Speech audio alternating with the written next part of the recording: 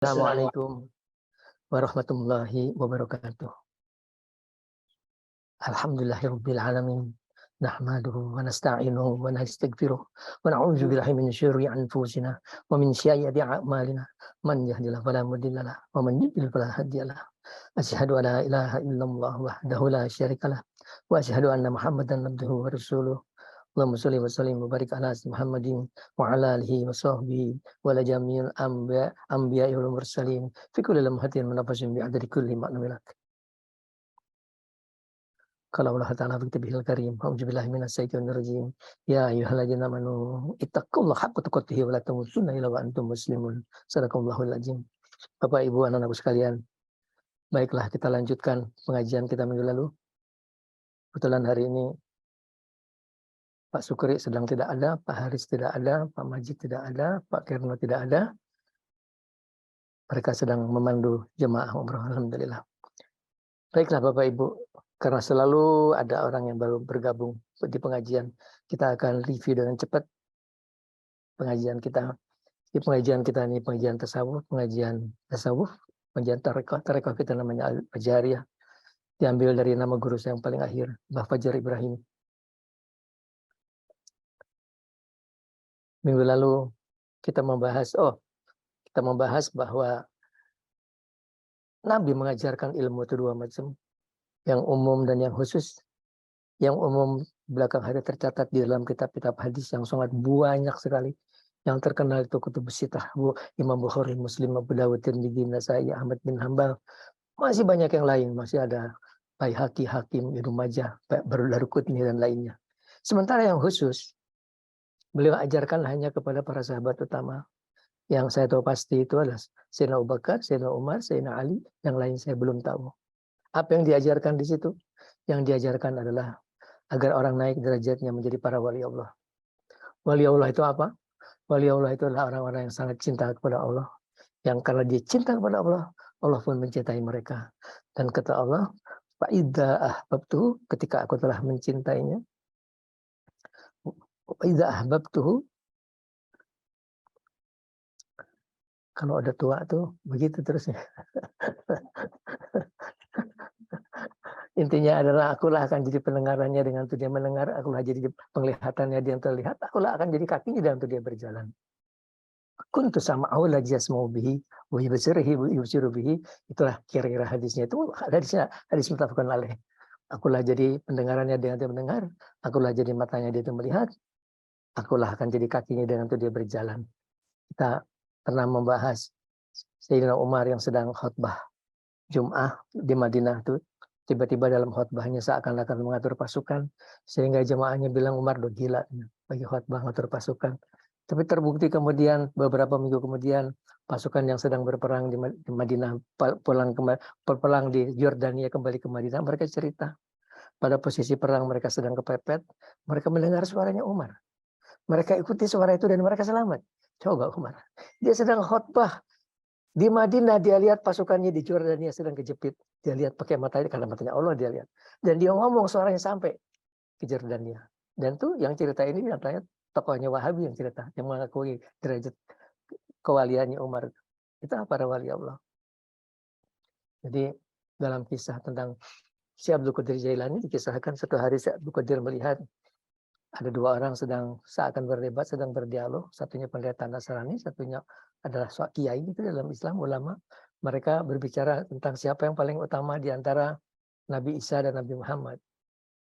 Terus kemudian Syekh Abdul Qadir bertanya, atas dasar apa kamu merasa bahwa Nabi Isa lebih unggul dari Nabi Muhammad? Karena Nabi Isa bisa menghidupkan orang mati. Nabi Muhammad nggak bisa. Kata Syekh Abdul Qadir, kalau saya bisa menghidupkan orang mati, percayakah dia? Percayakah kamu dia seorang Rasul? Oke, maukah kamu masuk Islam? Mau, kalau betul seperti itu. Mereka pergi ke kuburan yang sudah tua. Kemudian kata Syekh Abdul Qadir, biiznillah, dengan izin Allah, bangunlah kamu. Itu kuburan terbelah dan dari kubur itu keluar mayat yang sudah 500 yang lalu dia mati.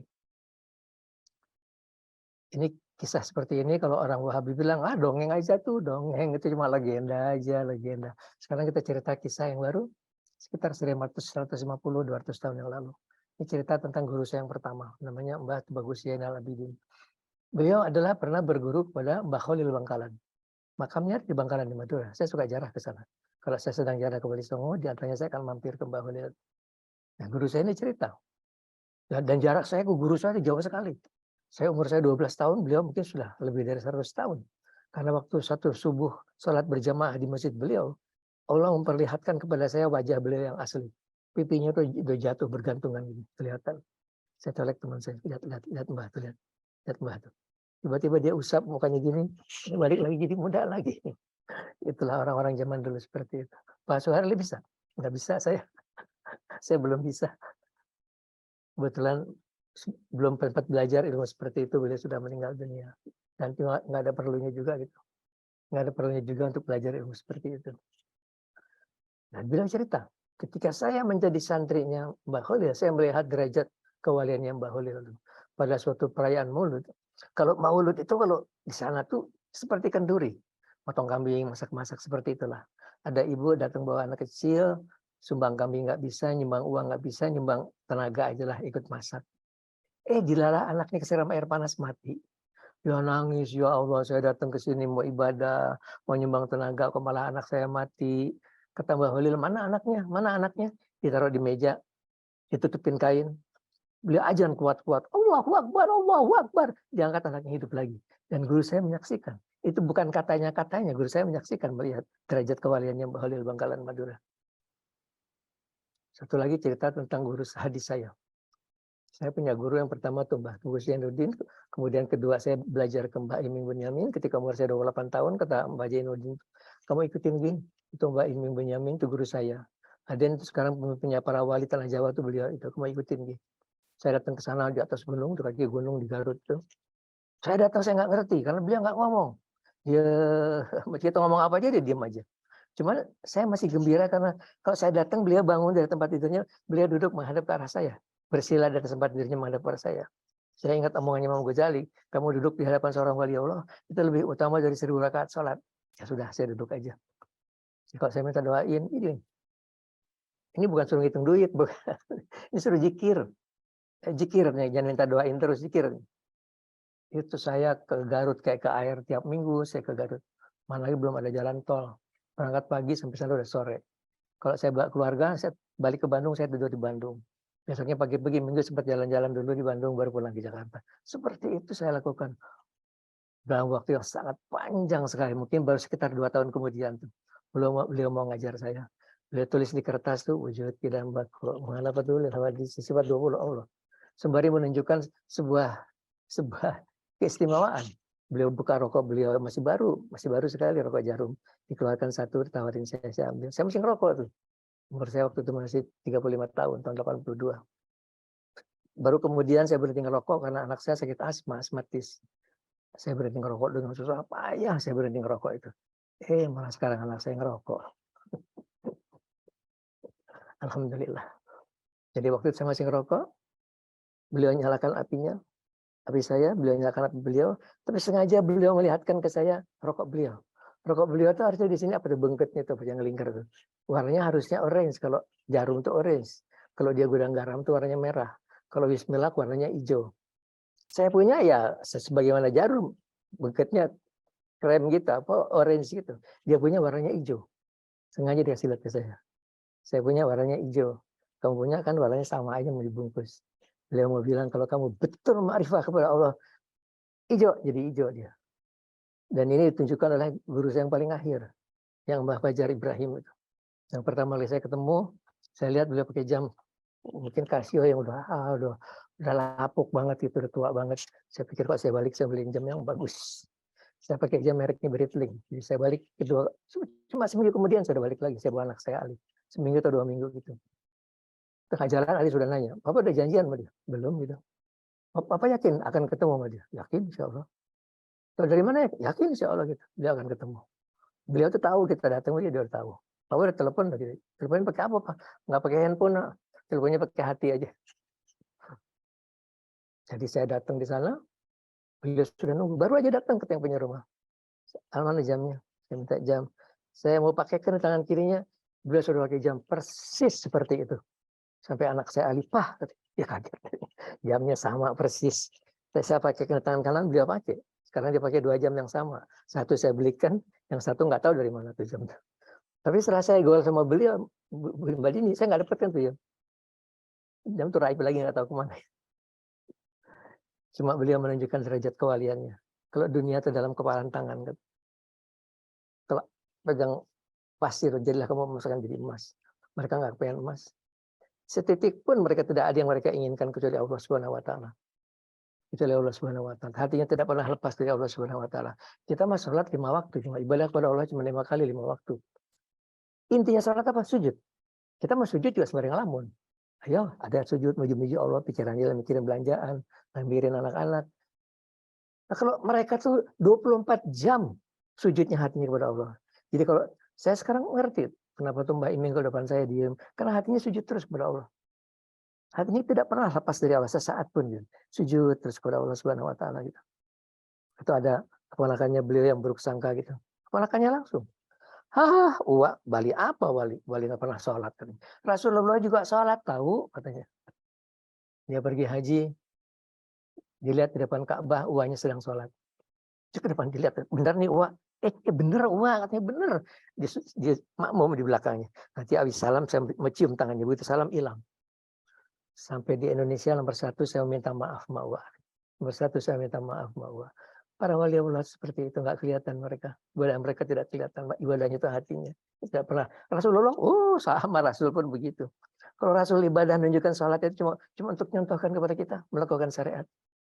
Jadi kalau beliau syarat tahajud 11 rakaat. Kalau Wahabi bilang kalau kamu lebih 11 rakaat itu bid'ah.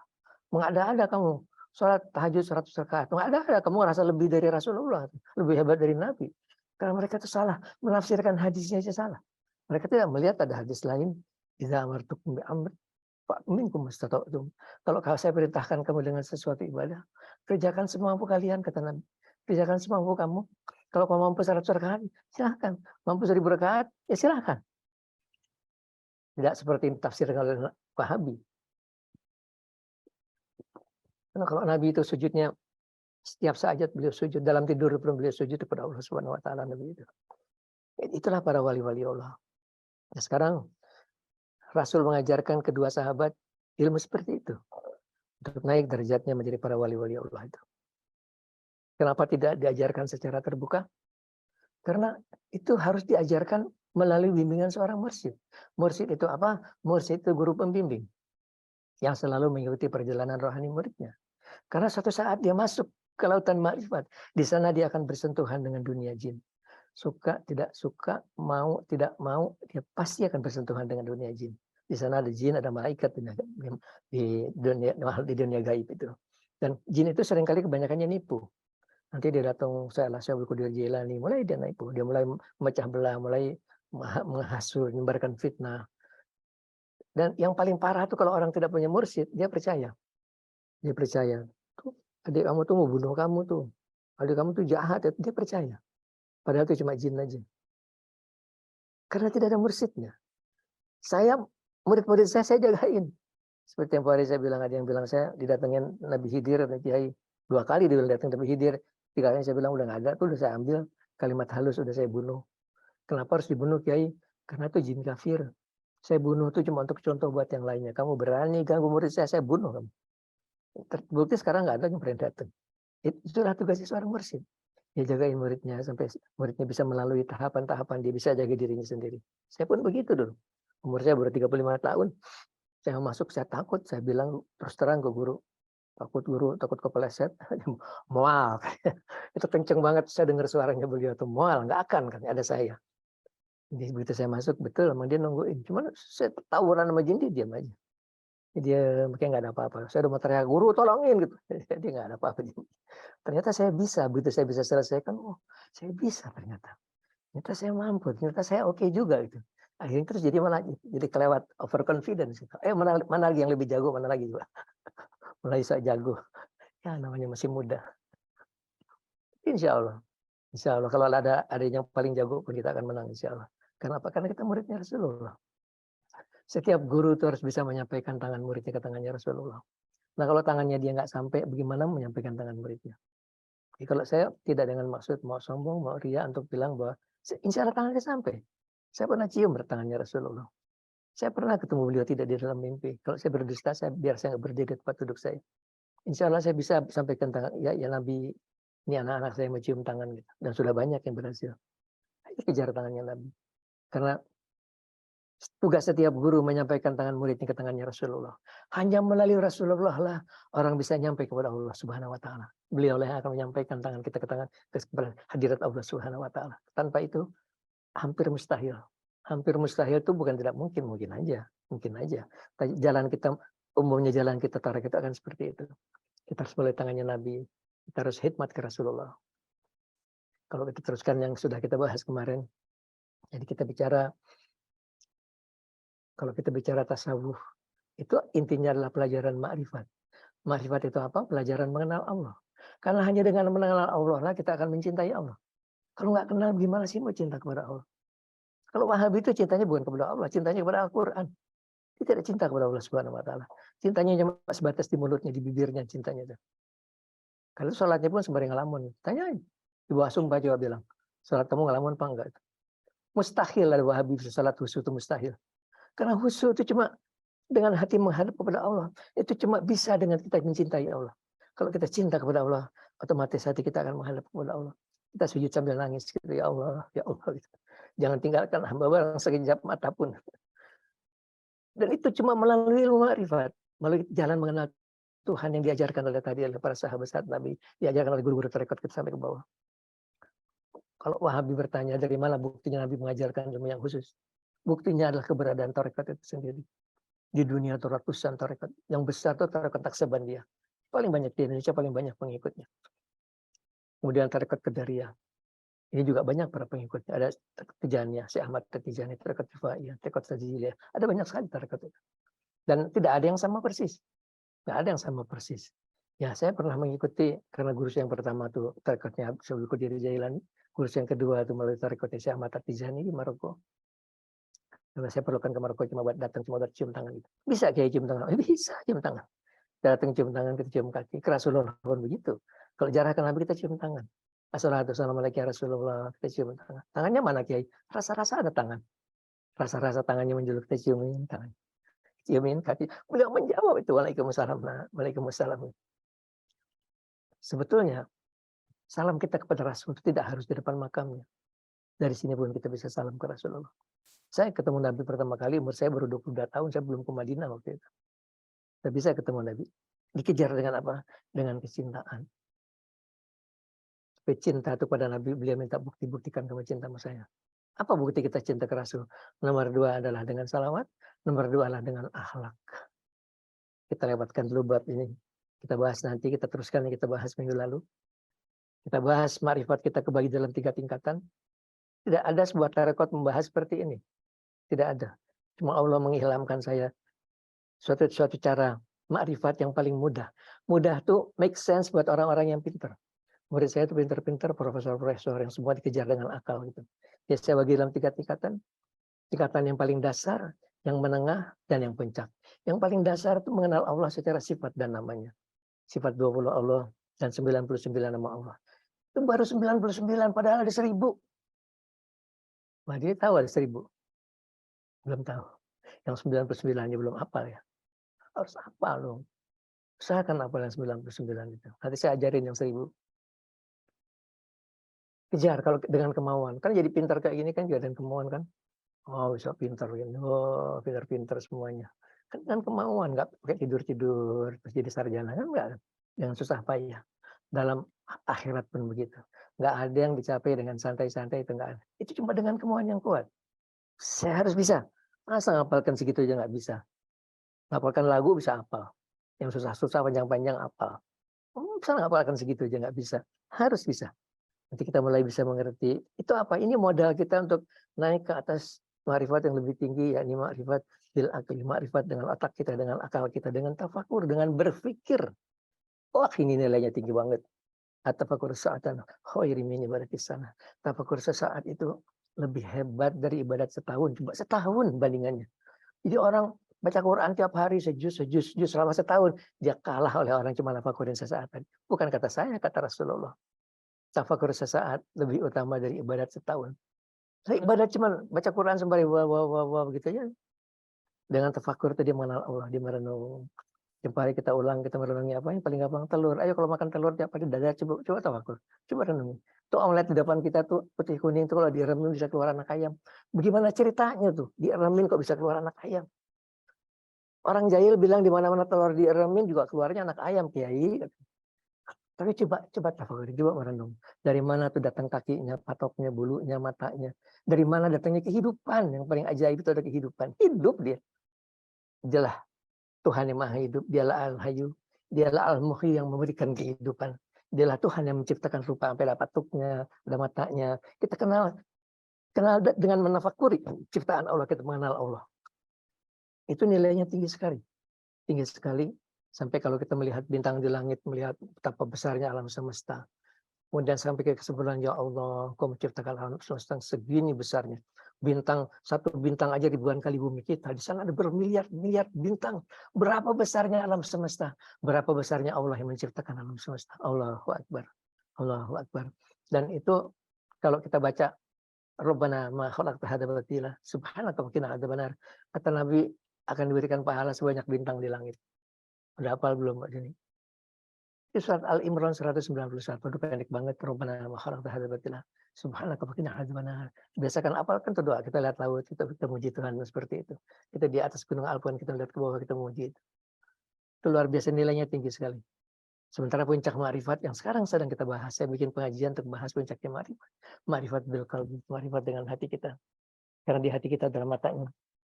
Bismillahirrahmanirrahim. Dua di kepala kita melihat alam semesta. Dua di hati kita melihat ke alam gaib. Yang masalah sekarang hati kita tertutup oleh dosa. Karena kata Nabi kalau manusia berbuat dosa, di hatinya ada flek. Kalau berbuat dosa terus, flek, hitam, lama-lama tuh hati ketutup semua sekali, hitam semuanya. Dan hati seperti ini tidak mungkin bisa mendekat kepada Allah. Allah itu Maha Suci. Tidak bisa didekati hati yang tidak suci. Dan hati yang seperti ini, majelis yang berkumpul itu setan. Yang terus akan mengajak ke perbuatan jelek-jelek yang lain lagi. Yang orang nanya saya di minggu lalu, Kiai gimana caranya, kenapa saya kalau seringkali saya rajin, seringkali saya males gitu. Ya itulah, karena di hati kita masih banyak setannya. Buang tuh setan dari hati, gimana caranya? Bersihkan hati kita. Gimana cara bersihkan? Minta ampun kepada Allah Subhanahu wa taala. Minta ampun kepada Allah gampang sekali. Salat 2 rakaat taubat, kita baca astagfirullahaladzim, la ilaha illallah wal hayyul qayyum wa atubu ilaih 100 kali aja. Allah sudah mengampuni dosa kita. Sudah kata Allah, sudah selesai. Saya ampunin kamu beres. Yang susah itu dosa kepada manusia. Susah mendapatkan ampunan Allah sebelum urusan kepada manusia itu selesai. Kita ulang bacaan baru kisah tentang Nabi pada saat dia menjelang akhir meninggalnya. Nabi dakwah sangat panjang, khutbah sangat panjang sekali. Di ujung khutbahnya beliau bilang, siapa orang pernah merasa saya zolimi atau saya sakiti, hendaknya berdiri untuk melakukan pembalasan. Sekali ngomong nggak ada yang berdiri, 2 kali ngomong nggak, ketiga kali ngomong berdiri sahabat Ukasyah. Kamu kenapa Ukasyah? Panjenengan pernah mencambuk saya Rasul. Kapan kata Nabi, kapan saya cambuk kamu? Itu Nabi waktu perang Badar tuh, panjenengan naik ke atas onta, ujung cambuk panjenengan kena punggung saya. Barangkali panjenengan nggak sengaja. Ya, Ukasyah tentu aja nggak sengaja. Saya bahkan nggak tahu ujung cambuk saya kena kamu. Tapi Nabi kemudian memerintahkan Ali ambil cambuk saya. Ali pulang kata Ibu Fatimah, untuk apa dicambuk? Nabi akan melakukan kisos. Siapa yang tega? Nabi lagi sakit. Tapi cambuk diberikan. Ali diberikan kepada Rasul. Rasul diberikan Ukasyah. Di bagian mana cambuk saya kena kamu Ukasyah? Di bagian punggung. Nabi pun membungkuk. Siap dicambuk. Tapi waktu itu punggung saya terbuka ya Nabi. Beliau pun buka bajunya. Sampai punggung beliau kelihatan. Beliau bungkuk lagi. Di waktu itulah para sahabat. Semua sahabat menangis. Abu Bakar, ya Ukasyah jangan cambuk. Kamu cambuk saya aja. Kamu cambuk saya aja, Nabi sedang sakit. Kata Nabi. Abu Bakar duduk. Ini urusan saya dan Ukasyah. Umar, itu orang hatinya keras sekali. Umar itu keras sekali. Tapi di waktu itu dengan memelas. Ya Ukasyah jangan cambuk. Nabi lagi sakit, kamu cambuk saya aja. Mau di mana aja boleh. Mau berapa kali aja boleh. Umar duduk. Ini urusan saya dan Ukasyah. Utsman berdiri. Utsman duduk. Ali menggerung-gerung nangis. Ali duduk. Sahabat semua sudah menangis. Nabi sudah berduduk siap dicambuk. Tapi kemudian Ukasyah menghampiri punggung Nabi dan dicium. Sambil berkata, ya Rasul, saya bukan mau mencambuk. Saya cuma ingin mencium punggung panjenengan. Mudah-mudahan punggung ini menjadi tameng dari api neraka jahanam. Kata Rasul, kalau kamu lihat ahli sorga, lihatlah Ukasyah. Apa pelajaran kita dari sini? Selesaikan urusan di dunia, jangan di akhirat. Nabi sudah memberikan contoh. Selesaikan urusan di dunia, jangan di akhirat. Urusannya susah. Jadi Nabi bercerita ada orang bawa pahala, bawa hasanat. Di akhirat banyak sekali. Tapi kemudian diminta orang banyak. Datang satu orang bilang, Nabi, dia pernah nyakitin hati saya. Pindahkan pahalanya. Pindahkan. Ya Nabi, dia pernah nyerempet-nyerempet saya. Pindahkan. Pindahkan. Ya Nabi, dia pernah nempeleng saya. Pindahkan pahalanya. Pindahkan. Sampai lama-lama itu pahala yang segitu banyaknya habis diminta orang banyak. Masih datang lagi orang. Pindahkan. Kata Nabi, udah habis pahalanya. Kalau gitu pindahkan dosa saya ke dia. Dari mulai dia bawa pahala, sampai akhirnya dia harus menanggung dosa.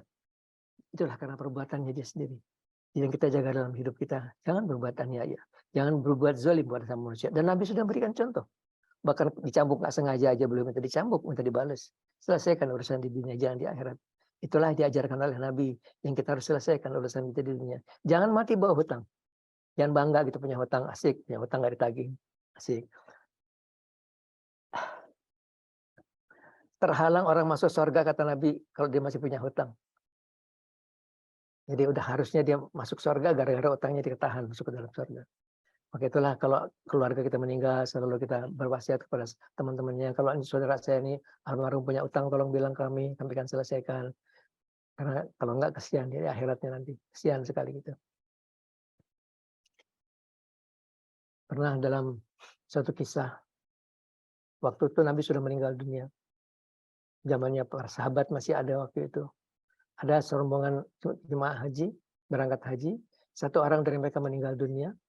Waktu mereka gali kuburan, ternyata di dalamnya ada ular besar.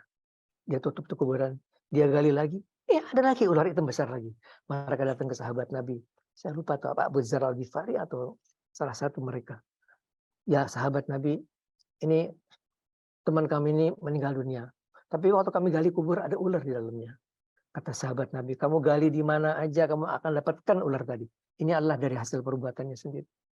Kemudian setelah rombongan ini selesai haji, mereka bawa barang-barang perlengkapan, pakaian-pakaian si almarhum kepada keluarganya sambil bertanya, apa sih kerjaannya orang ini? Sampai segitu parahnya. Ternyata dia penjual gandum. Tapi setiap hari dia keluarkan isi sebagian gandum untuk makan keluarganya. Digantikan dengan tangkai-tangkainya supaya beratnya sama.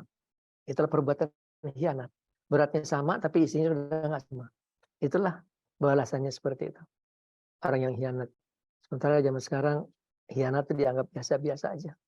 Biasa-biasa aja. Ada lagi kisah, ini setelah zaman sahabat Nabi. Seorang mau melakukan perjalanan jauh. Dia titipkan hartanya ke seorang sahabatnya. Tolong ya titip ya, saya mau musafir nih.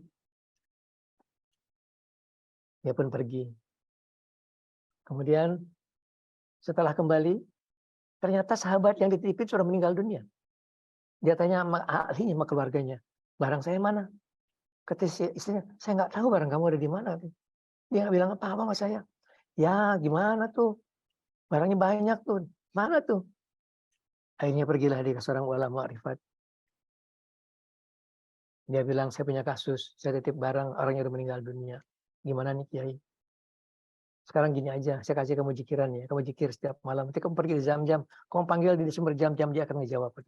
Dia kerjakan. Kemudian pergi ke jam-jam, dia panggil. Ya Fulan, ya Fulan.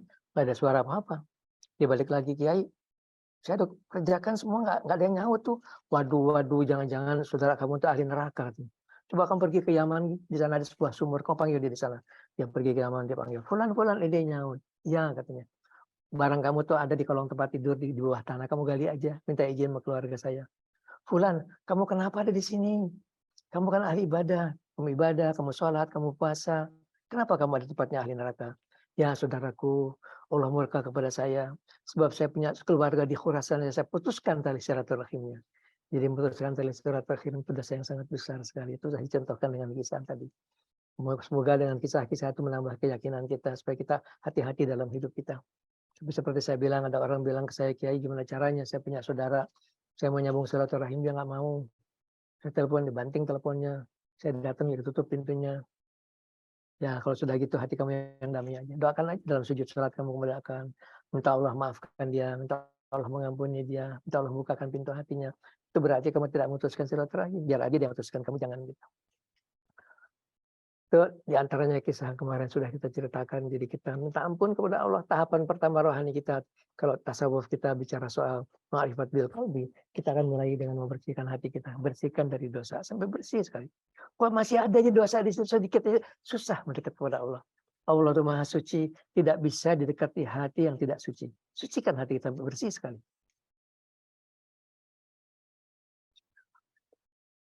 Sesudah hati kita bersih dari dosa, kita masih harus bersihkan hati kita dari penyakit hati. Yang paling banter sudah kita bahas adalah takabur, ujub, riya, sum'ah. Masih banyak yang lain tuh, nifaq, dendam, iri, dengki. Itu penyakit-penyakit hati semuanya. Tapi yang paling depan ini paling menutupi hati. Ingat-ingat tuh hadisnya tuh. La yadkhulul jannata man kana fi qalbihi mithqala dzarratin minal kibr. Tidak bisa masuk surga orang kalau seatom aja ada kesombongan dalam hatinya. Di hatinya ada seatom kesombongan sudah menghalangi masuk surga. Bagaimana kalau sombongnya minta ampun gitu, ya Allah, sombongnya minta ampun gitu. Sombong sekali. Kalau sudah sombong tuh Allah murka, manusia juga nggak ada yang suka. Jangan sombong. Belajar untuk selalu rendah hati kepada manusia, rendah hati. Tidak ada kesombongan di hati kita, dengan sadar bahwa semua dari Allah. Kalau sekarang kita kaya pun punyanya Allah. Semua pemberian Allah Subhanahu wa taala. Kalau sudah berhasil seperti itu, hati kita sudah bersih dari dosa, bersih dari penyakit hati. Apa langkah berikutnya? Ya jaga tetap bersih. Karena kalau sudah hati bersih itu, insya Allah dia akan bilang ke saya, Kiai, saya sekarang kalau saya jam 3 selalu saya terbangun, Kiai. Itu bukan terbangun, itu dibangunkan oleh malaikat rohani. Dibangunkan oleh malaikat. Kalau hati bersih, yang kumpul itu malaikat. Malaikat yang selalu mengajak kita berjalan kebaikan-kebaikan. Kalau hati kita mau bersih, ya lakukan perintah Allah. Sudah kita bahas. Salat, zakat, puasa, haji.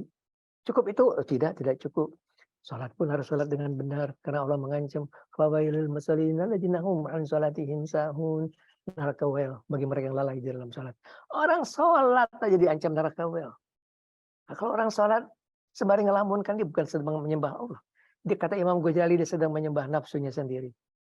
Inilah saya ajarkan sekarang. Kalau kita bisa ngerjakan seperti ini, insya Allah salat kita akan khusyuk.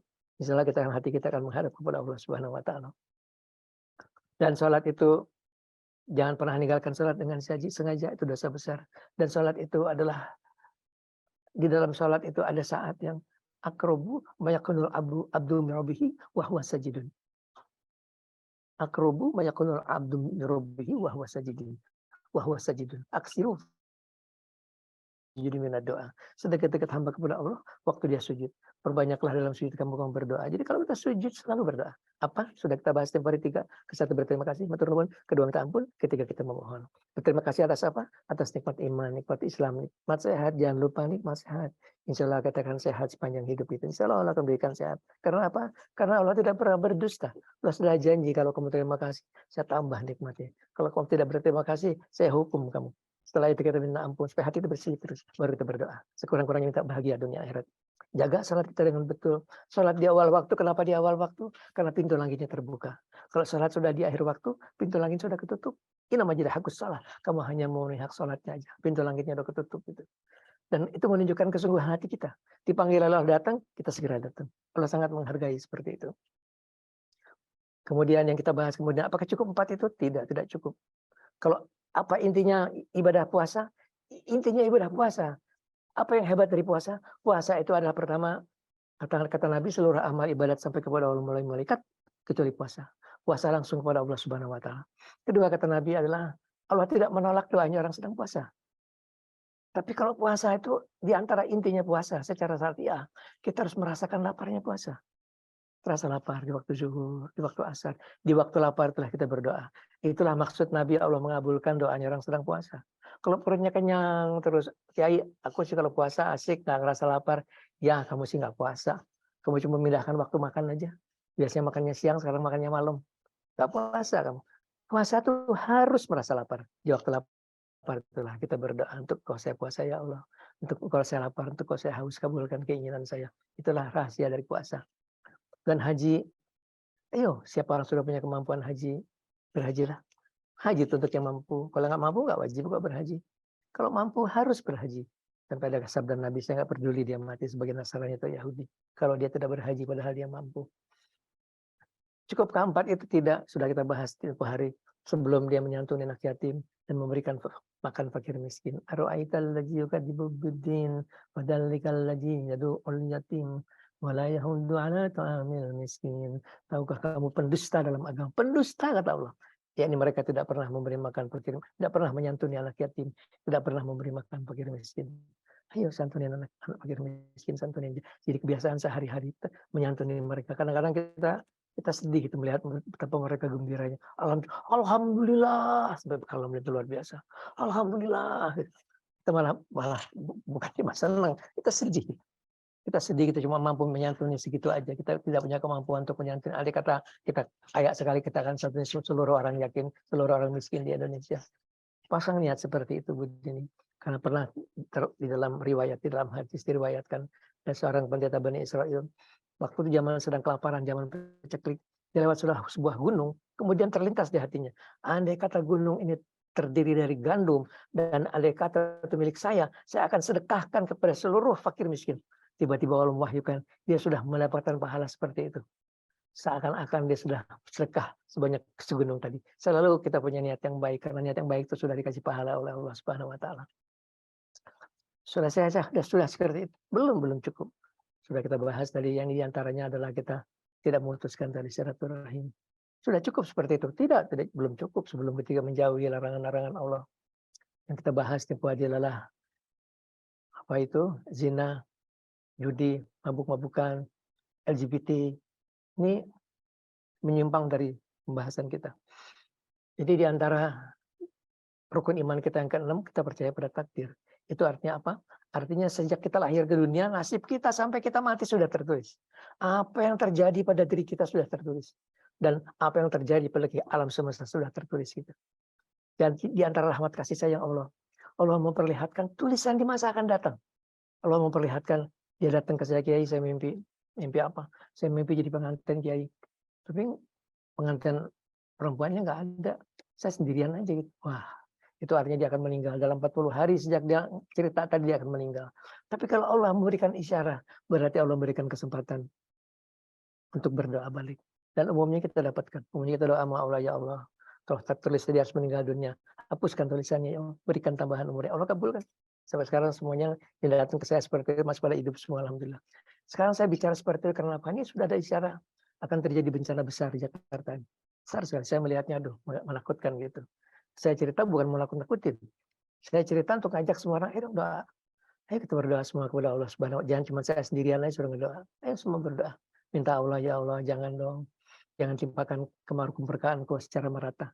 Itu karena kata Nabi, Allah tidak mengajab sebuah bangsa karena berbuat durhaka, tapi Allah akan mengajab secara merata kalau tidak ada orang melakukan amar ma'ruf nahi mungkar. Sekarang ini maksiat sedang merajalela, perzinahan merajalela, mabuk-mabukan, sabu-sabu itu lihat polisi terlibat sabu-sabu, luar biasa gitu. LGBT bangga mereka jadi LGBT itu. Masuk televisi, lenggok-lenggok bangga. Dan tidak ada orang berikan peringatan, seakan sesuatu yang lazim-lazim aja. Jadi normal-normal aja kalau kemudian Allah menurunkan kemurkaannya gitu. Kalau menurunkan kemurkaannya, menghukum secara merata. Tapi kalau saya melihat kalau itu masih keluar isyaratnya, berarti Allah masih berikan kesempatan untuk kita menolaknya. Tapi jangan suruh saya sendirian dong, bantuin semua, yuk kita doa sama-sama. Ya Allah, semua saudara-saudara muslimin dan muslimat, maafkan mereka ya Allah. Berikan mereka kekuatan supaya tidak berbuat durhaka kepada Engkau. Supaya mereka taat kepada Engkau, tidak melakukan hal yang terlarang oleh Engkau. Itu doa kita dalam sujud kita. Kita minta Allah mengampuni mereka semuanya, mengampuni kita semuanya. Membalikkan hatinya supaya mereka balik ke iman kepada Allah Subhanahu wa Ta'ala. Jangan mencampur adukan antara kebaikan dan keburukan. Sholat-sholat juga, umrah-umrah juga, jinah-jinah juga gitu. Kan menyedihkan seperti itu. Jadi, ada orang, ini cerita benar terjadi. Ada orang yang mau ikut Alamin berangkat. Sudah bayar, sudah beres, tinggal berangkat. Mungkin kurang dari 10 hari, tiba-tiba dia batal. Kita nggak tahu tadinya kenapa dia batal. Dia minta uangnya semua dikembalikan. Padahal di kwitansi sudah tertulis kalau batal sekian hari akan didenda. Sekian hari akan didenda. Dia nggak mau, balikan penuh. Kita bilang, Bu, itu kan kalau dibatalkan airline kan kita didenda. Ada dendanya airline. Hotel pun kan kalau kita pesan 4 hari, kita dibalikan cuma yang 3 hari aja. Yang sehari kita didenda. Nggak mau, tetap umatnya dibalikan utuh. lapor ke saya, udah balikan utuh. Tapi visanya udah kita bayar. Bilang sama dia dong, visanya udah kita bayarkan. Visanya dibayarkan Bu, cuma $205 gitu. Dia nggak mau juga. Balikan semuanya utuh. Lapor ke saya. Gimana Pak? Balikan. Balikan. Balikan semuanya sesuai permintaan dia. Kita cuma heran gitu. Sekarang dia berangkat umrah dengan visa yang kita bayarkan. Yang bayar itu visa kita. Dia berangkat umrah. Bagaimana dia mengharapkan ibadahnya akan diterima Allah Subhanahu wa taala? Itu kan ibadah main-mainnya jalan-jalan aja. Ya kita kasihan, balik kasihan. Kita uang segitu insya Allah akan gantikan. Cuma kita kasihan ada orang-orang seperti itu. Seperti itu, kepengen masuk surga, wah jauh banget. Kepengen di neraka, dikubur selamat, wah jauh banget gitu. Kebanyakan kubur itu kan karena hianat, karena perbuatan antar manusia. Kebanyakan siksa kubur. Saya ceritakan seperti jadi contoh buat kita, jangan seperti itu. Jangan ngambil hak orang lain. Jangan merugikan orang lain karena perbuatan kita. Kalau kita merugikan, kita bayar, kita balikin uangnya. Apalagi kalau dia nggak ambil untung, uang visanya udah dibayarkan, dan dia berangkat pakai visa itu, aduh ya Allah, astagfirullahaladzim. Kita malah kesian kok. Kita nggak dendam uang cuma segitu, apa-apa biar aja. Kita kesian, kita ada orang-orang seperti itu. Kita beruntung, kita jadi kita, dia jadi dia. Bukan dibalik gitu. Bukan kita yang jadi dia yang jadi kita. Kita terima kasih sama Allah Subhanahu wa taala, terima kasih ya Allah gitu. Kita masih dilindungi. Banyak cerita seperti itu tadi. Ya, ada cerita tentang orang yang jadi menantu orang kaya, orangnya kaya banget gitu. Menantu orang kaya banget. Terus dia bilang ke mertuanya, saya ini perlu referensi, punya uang banyak, saya lagi mau join orang asing. Itu perusahaan besar nih, mau bisnis gini gitu. Saya perlu dari rekening saya terbukti saya punya uang. Ini karena anaknya selama ini menunjukkan perilaku yang baik, gitu. Sopan, baik. Si mertua kasihlah uangnya. Jumlahnya $100 juta. $100 juta. Dimasukkan ke rekening anaknya. Begitu masuk, tinggal dia lari ke luar negeri. Istrinya pun ditinggalkan dadahan. Sekarang mertuanya menuntut apa? Menuntut tipu orang transfernya sama dia secara ikhlas kok, secara sukarela transfernya. Ya sudah akhirnya dia meninggal dunia, kesian sekali. Rumahnya yang dijual, kesian. Dan itu orang tadi, satu saat dia pasang di ininya, dia pergi umroh. Saya cuma berpikir itu, kamu pergi umroh, kamu ngapain gitu? Ngapain kamu pergi umroh? Uang kamu dapatkan uang yang haram. Kamu mau datang ke Allah, lagi mau ngapain? Lagi mau jalan-jalan, lagi mau ibadah. Balik lagi kita beruntung jadi kita.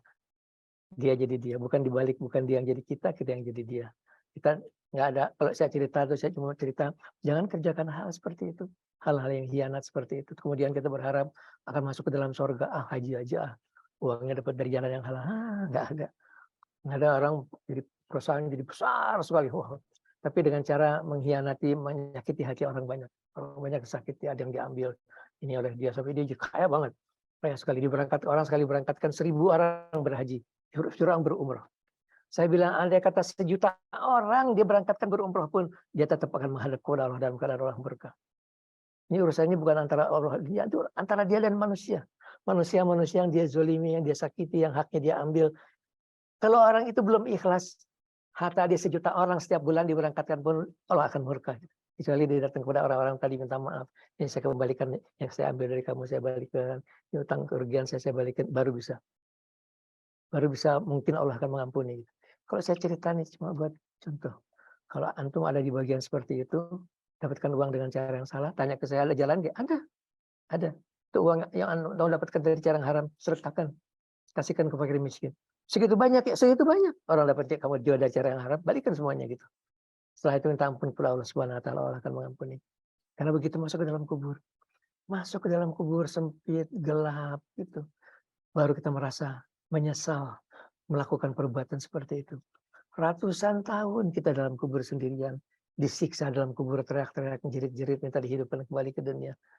Sedih kan seperti itu kan. Nggak ada artinya kenikmatan dunia yang kita dapatkan dengan cara yang tidak halal. Berapa tahun antum nikmatin uang antum dapatkan dengan cara 50 tahun, cuma 50 tahun. Dalam kubur sudah ratusan tahun, di akhirat ribuan tahun gitu. Nggak ada artinya semuanya itu. Jangan cukup merasa bangga dibilang ke orang, wah saya berangkat ke orang 1.000. Bilang sama saya, 1.000.000 orang kamu berangkatkan pun, kamu akan menghadap Allah dalam keadaan Allah murka. Karena perbuatan-perbuatan yang kamu lakukan kepada manusia-manusia. Gitu.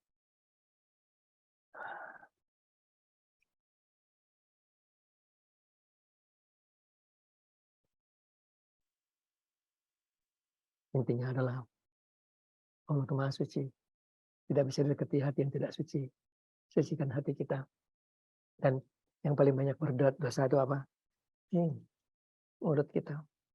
Kemarin yang boleh saya dengarin, Sukri sudah bahas masalah gibah. Ini gibah sudah saya bahas berkali-kali. Tak apa-apa kita ulang kembali. Bergunjing membicarakan keburukan orang lain. Tadi malam salat 11 rakaat. Ibadah, wah berjam-jam 3 jam. Pagi-pagi ngerasani orang, itu habis pahalanya. Pindah hari ke orang kita gunjingin tadi. Itu orang beruntung banget tuh ya. Dia nggak ngapa-ngapain tiba-tiba pahala segitu banyaknya gitu. Mau digituin. Tetapi dia nggak mau. Tapi dia nggak mau. Tapi kesian sekali orang-orang seperti itu. Jadi kalau orang belum bisa memelihara mulutnya dari gibah, dia nggak akan pernah bisa mendekat kepada Allah. Nggak akan pernah bisa. Di pelajaran pertama adalah mulut dijaga. Sing orang perlu diomong, baca diomong, itu bahasa Jawanya. Fayaskul khair. Fayaskul khair awal aja. Sebutlah kalian berkata yang baik atau kalian diam. Dan yang kemudian yang kita kerjakan adalah kita puasa. Untuk murid-murid saya yang sudah senior, yang sudah katanya sudah ketemu Rasulullah, puasa itu harus matur setiap hari. Ya, kalau antum sudah umurnya sudah seperti saya, sudah 70 tahun lebih, puasa tiap hari. Kecuali ada keperluan nggak puasa, baru nggak puasa. Kalau nggak puasa tiap hari. Nah, coba berarti puasanya para ulama, yakni puasa kita nggak makan barang berjiwa. Apa aja boleh, buah, nasi, kentang, apa aja boleh, asal jangan daging ayam, daging sapi, daging ikan, termasuk telur pun nggak boleh. Insya Allah tuh hati kita tiba-tiba jadi jernih sekali. Ya, kalau dilihat apa sih hubungannya Kiai antara barang berjiwa dan kesucian hati, ternyata barang berjiwa itu meningkatkan nafsu, meningkatkan keinginan nafsu. Maka itu dari zaman dulu para pendeta-pendeta zaman dulu pun mereka tuh vegetarian untuk bisa mensucikan hati kita. Coba berusaha seperti itu dan jaga berat badan kita supaya seimbang terus gitu. Jangan terlalu kurus, jangan juga kalau udah tua kurus jadi peot itu nggak lucu. Tapi kalau gemuk lebih nggak lucu lagi. Carilah posisi yang seimbang, yang badan kita enak, bangun tidur malam-malam kita kuat, ibadah sedang gitu, seperti itulah. Tadi saya bilang, menurut saya hampir nggak mungkin mendekat kepada Allah tanpa puasa, itu hampir nggak mungkin. Dalam perjalanan rohani yang segitu panjang, saya melihat bahwa puasa itu luar biasa. Kalau nggak setan tuh licik banget. Lihai banget dia bisa menyelamatkan manusia dalam dosa. Karena apa? Karena dia melihat kita nggak melihat dia. Kita nggak ngelihat dia ada di mana. Dia lihat kita. Dia tahu kelemahan kita di mana. Dia serang kita di kelemahan kita. Dan dia pinternya dia kan nggak nyuruh, ayo jina kan enggak. Selangkah demi selangkah. Tuh lihat tuh. Cantik tuh lihat. Cantik tuh. Cantik banget. Mulai ya ngobrol-ngobrol. Mulai telepon-teleponan. Mulai ngajak makan siang. Mulai ngajak makan malam kepleset di dalam dosa. Itulah di antara nasihatnya setan kepada Musa, jangan berdekat-dekat dengan perempuan yang bukan muhrim, karena aku akan menggoda kalian berdua supaya kalian berbuat durhaka kepada Allah Subhanahu wa taala. Dan puasa itu remnya pakemat. Saya juga begitu. Karena kalau lagi nafsu lagi meningkat, kita sujud sambil nangis minta kepada Allah. Saya nggak akan kuat ya Allah. Kalau Engkau tidak berikan saya kekuatan. Kekuatan datang dari Engkau, berikan saya kekuatan ya Allah. Karena susah kita mendekat kepada tahap-tahap akhir kalau di hati kita masih ada sesuatu selain Allah. Susah Mbak Dini. Jadi makan apa aja boleh, tapi jangan dihayal-hayal gitu. Kalau saya, kok Mbak Dini nggak apa-apa. Hayal-hayal besok makan gado-gado nggak apa-apa. Boleh-boleh aja gitu. Kalau di saya harus sudah belajar enggak gitu. Belajar kalau ada yang makan, kalau enggak ya nggak usah makan. Belajar hati kita selalu menghadap kepada Allah Subhanahu wa taala. Belajar terus aja, berusaha, berikhtiar terus. Jatuh bangun. Kalau jatuh kita nangis, minta ampun Allah, ya Allah, minta ampun. Cuma itu bisa kita kerjakan. Pada akhirnya yang kita harapkan kan rahmat kasih sayang Allah Subhanahu wa taala. Orang masuk ke surga itu kan bukan karena amalnya, tapi karena rahmat dan kasih sayang Allah Subhanahu wa taala. Itu yang selalu kita minta. Saya nggak sanggup ya Allah, kecuali memberikan saya kesanggupan. Sekarang nggak ada Pak Sukri, kita teruskan sedikit lagi. Jadi jauhi bukan cuma melakukan perintah Allah, jauhi semua larangan-larangan Allah. Jauhi hal yang menyangkut kejahatan di mulut kita, terutama sekali jauhi ya, sampai kita berbuat zalim kepada sama manusia. Zalim dalam harta dengan tercurang. Jangan bangga kalau punya utang nggak dibalikin. Nggak akan masuk surga antum. Nggak akan masuk surga. Terhalang orang masuk surga karena utangnya gitu. Termasuk utang janji. Di dalam hidup kita belajar kita untuk kita pernah janji yang nggak bisa kita tepati janji kita. Dan yang kemudian adalah bahwa yang bisa menyampaikan kita kepada Allah Subhanahu wa taala adalah Rasulullah. Seorang guru cuma bisa menyampaikan tangan murid sampai ke tangan Rasulullah. Bisa Kiai? Bisa insya Allah. Kiai bisa? Insya Allah saya bisa. Syaratnya cuma satu. Hati yang penuh kecintaan kepada Nabi. Kita cinta ke Rasulullah. Dan buktikan cinta dengan dua. Cuma dua hal. Kesatu dengan salawat. Kedua dengan akhlak. Salawat itu kalau kita lagi mengejar ketemu Nabi itu minimal 1000. Yang pendek aja. Allahumma sholli wa sallim ala sayyidina Muhammad. Udah segitu oke. Kalau itu yang pendek 3000. Terus setiap hari. Dan kedua dengan akhlak.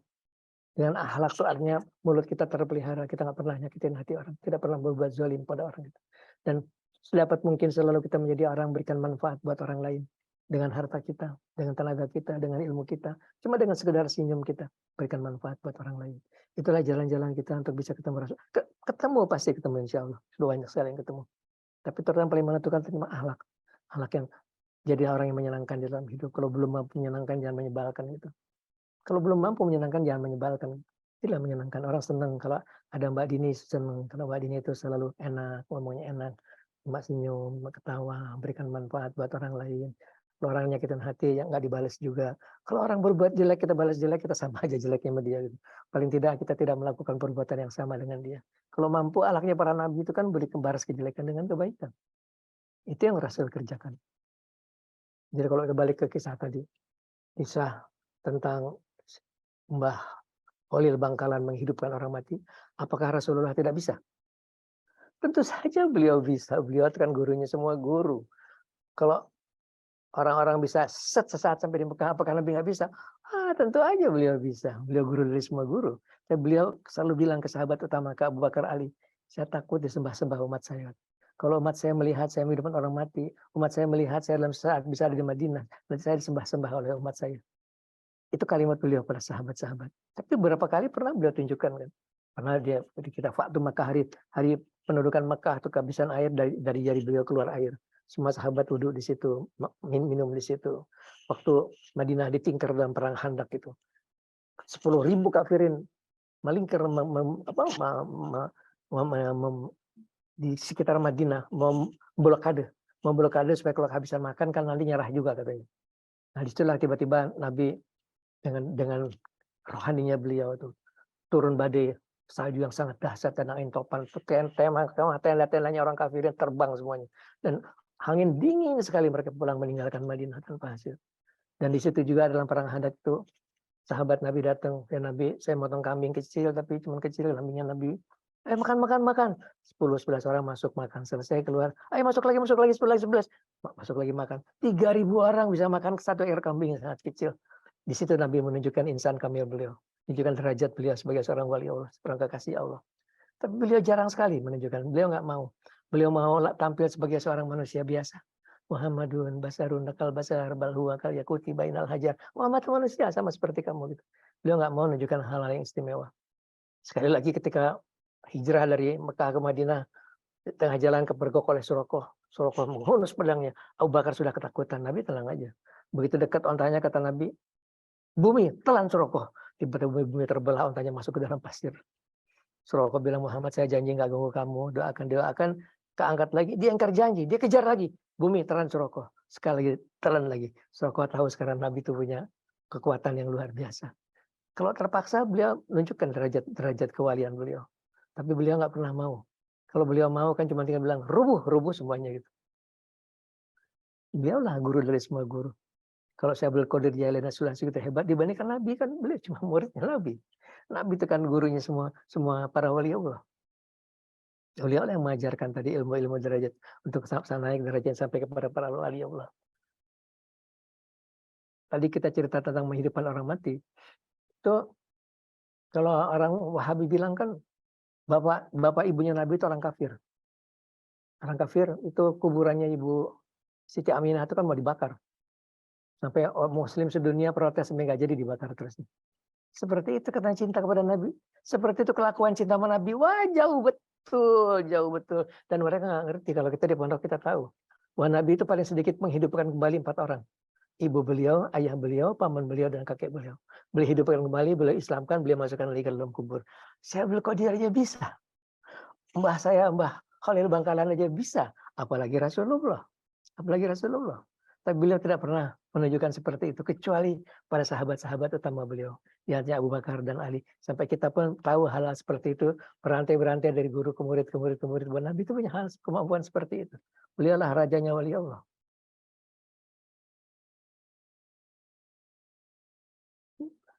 Cukup barangkali ya dunia.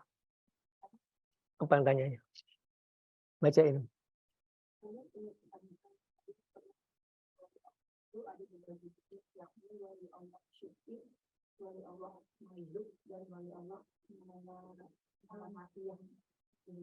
Ya, itu cuma manusia aja beda-bedakan. Kalau wala sufi itu yang sedang kita kejar sekarang.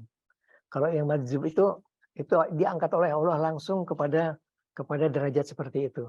Jadi tiba-tiba aja diperlihatkan dia oleh Allah itu sendiri sehingga dia cinta kepada Allah. Tapi jadi cinta kepada Allah kelakuannya juga dia aneh-aneh gitu.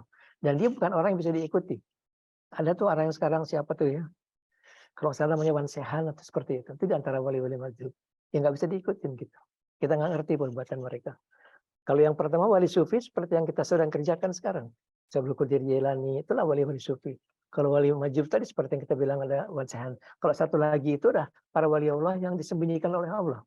Itu orang-orang yang tidak terlihat dia itu wali Allah.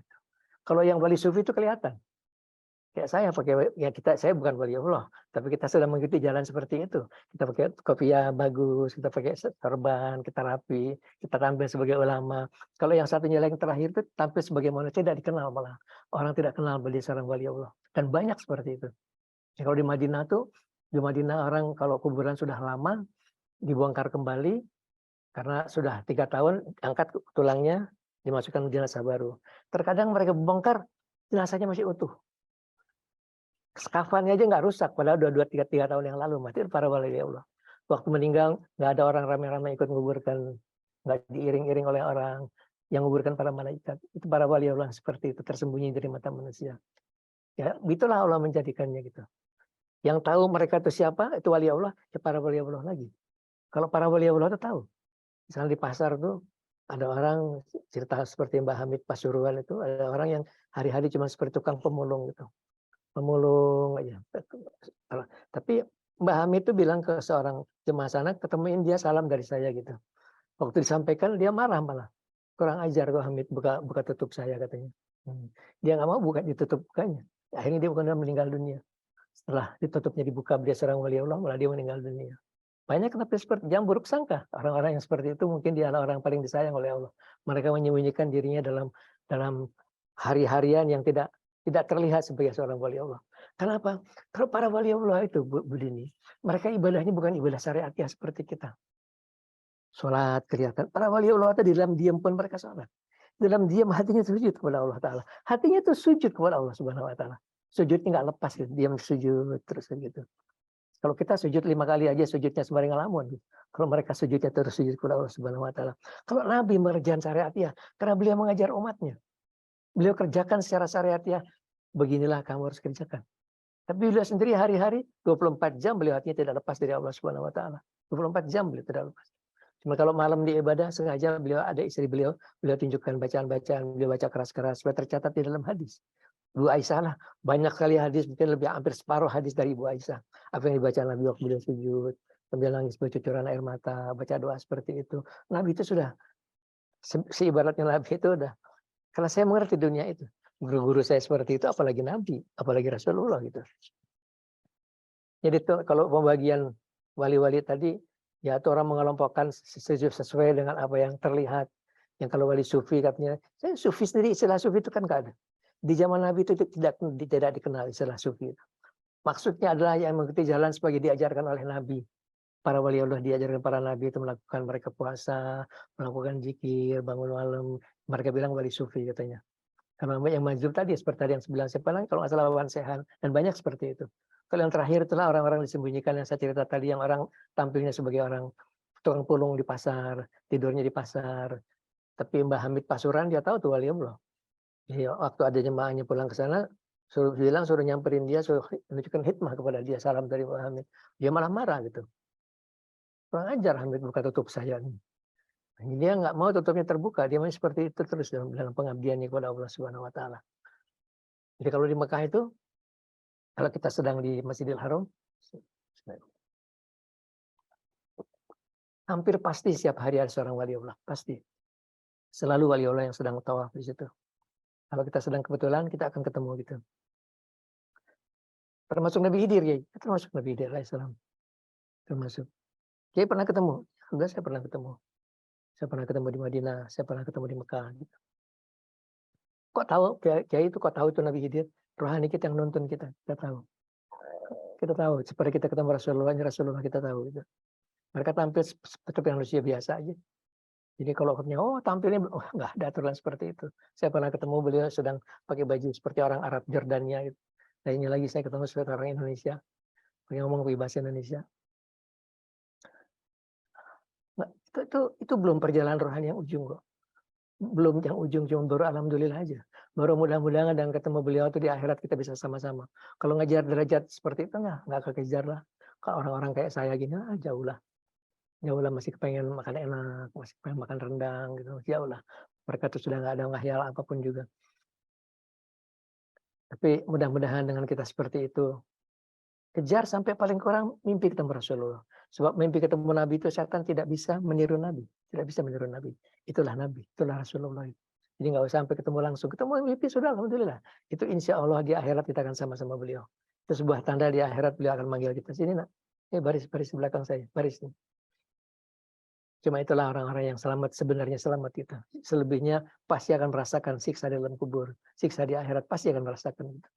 Karena kalau mati bawa dosa tadi dalam kubur sudah disiksa. Ayo mati jangan bawa dosa. Gimana caranya Kiai? Minta ampun. Every day minta ampun. Nabi itu pakai sumpah. Wallahi la astagfirullahaladzim fil yaumi aktsaru min sab'i marrah. Aktsaru min mi'ati marrah. Setiap hari saya minta ampun lebih dari 100 kali kata Rasulullah. Setiap hari pakai sumpah beliau minta ampun. Ya kita pun harus minta ampun terus setiap hari supaya hati kita bersih terus. Dan zikir itu yang 3 kalimat sakti itu. Udah saya kirimin berkali-kali kan, udah tahu kan. 100 kali, sekali aja alhamdulillah, semalam aja. 100 insya Allah. Kalau buat ngejagain COVID 2 kali, pagi dan malam, insya Allah nggak akan kena COVID. Kalau sudah kena COVID, setiap waktu sholat, insya Allah 2 hari sembuh. Paling lama seminggu sembuh. Buktinya mana Kiai? Buktinya saya pernah kerjakan di Wisma Atlet. Zamannya Pak Doni Monardo. Saya kenal beliau karena beliau pernah menjadi wantu utama Presiden BSPI waktu itu. Jadi saya bilang, saya mau obatin orang sakit di sini, Pak Don. Silakan katanya. Saya minta 100 orang sakit, nama-namanya, nomor handphonenya, saya bikin WA group, saya kirimin mereka bacaan. Alhamdulillah itu dalam antara 2-7 hari sembuh semuanya. Waktu itu wakilnya Pak Doni yang nanganin tuh Jenderal Bintang 1 namanya Saleh Mustafa. Terakhir saya lihat sekarang jadi Pangdam. Wah, alhamdulillah. Karena kebetulan waktu itu Pangdamnya sekarang Kasat. Beliau waktu itu Kasdamnya, orang nomor 2-nya dia. Jadi terbukti sekarang orang sakit ngaku sakit COVID, saya kirimin bacaan itu, secara paling lama seminggu sembuh. Kalau mau santai ngerjakan 2 kali seminggu. Kalau mau cepat setiap waktu sholat kerjakan 100 ya, 2 hari 3 hari sembuh. Bukan zikirnya bisa membunuh virus, nggak ada zikir bisa membunuh virus, nggak ada. Cuma zikir itu meningkatkan kekuatan jiwa kita. Kekuatan jiwa kita meningkatkan imunitas kita. Imunitas kita itulah yang kemudian membunuh virus tadi. Insya Allah nggak akan kena COVID. Tapi istri saya nuduh saya terus. Kamu kena COVID, kamu nularin saya COVID loh. Kapan sih kena COVID? Saya sakit COVID kan gara-gara kamu katanya. Loh, kok jadi gara-gara saya? Kamu keluyuran melulu jadi nyalahin saya gitu. Iya kamu sakit. Mana saya? Demam saya enggak, pilek saya enggak, pusing saya enggak, telinga saya enggak. Saya jalan pergi terus enggak, jalan kemana-mana terus. Sering saya enggak pakai masker, lupa soalnya pakai masker. Yakin enggak akan kena COVID soalnya. Insya Allah, asal bacanya 2 kali enggak akan kena COVID. Insya Allah. Kalau sudah kadung kena COVID, baca lebih banyak lagi. Insya Allah dalam 2-3 hari sembuh. Itu luar biasa bacaan. Itu Allah memberikan langsung ke dalam hati saya. Kita sebut 3 kalimat sakti. Ya, sekarang umur saya sudah 75 tahun. I wish I still have, at least more 10 years, but still a wish. Masih sebuah harapan. Yang mumpung ada saya, ayo maju terus. Saya khawatir nanti besok sudah nggak ada lagi ilmu seperti ini. Yang ada cuma ceramah-ceramah ilmu. Jadikan Islam as a science. Islam sebagai sebuah ilmu pengetahuan. Islam sebagai the way of life terus ngerjakan seperti kita. Dengan zikir, dengan doa, dengan puasa, dengan bangun malam. Kalau sudah, siapa yang kuat sudah tidak tidur semalam suntuk, kerjakan. Kalau sudah mampu seperti itu, kalau sudah nggak kerja lagi, sudah pensiun, jangan tidur kalau malam. Kita tidur habis subuh aja, habis subuh 6:30 kita tidur, bangun jam 11, setengah 12. Cukup kok 4 jam kalau sudah tua kayak kita tidur cukup aja. Malam kita manfaatkan waktu kita, supaya kita nggak nyesel masuk kubur nyesel. Aduh, kenapa saya tidak manfaatkan waktu saya? Kenapa dulu saya tidur melulu ya? Kenapa saya dulu kerjanya malas saja gitu? Ya, siapa yang sudah kuat nggak tidur semalam suntuk jangan tidur. Bagi ibadahnya sampai hati kita terus kita ibadah kepada Allah Subhanahu wa taala. Baiklah sudah jam 5:30. Kita zikir, kita doa. Tadi kita doa, terutama kita minta doa kepada Allah supaya Allah lindungi kita dari bencana. Jangan Allah kirimkan bencana kepada kita ya Allah. Itu bencananya bencana bencana yang saya lihat itu bencana gunung-gunung runtuh. Air seperti air bah masuk gitu. Tapi itu masih lama. Masih lama itu mungkin dalam hitungan antara 40 hari sampai 3 bulan akan terjadi. Sekarang kita doa, kita rame-rame doa. Ayo. Di antara doa yang bagus dibaca itu doa sujud kita. Allahumma inni a'udzu biridika min sakhawatika wa bi mu'afatika min uqubatika wa a'udzu bika minka. Ya Allah, saya berlindung dengan kemaafan Engkau dari siksa Engkau. Allahumma a'udzu biridika dengan lidah Engkau. Allahumma inni a'udzu biridika min sakhawatika. Saya berlindung dengan lidah Engkau dari kemurkaan Engkau. Saya berlindung dengan kemaafan Engkau dari siksa Engkau. Saya berlindung kepada Engkau dari Engkau. Ini doa bagus kan.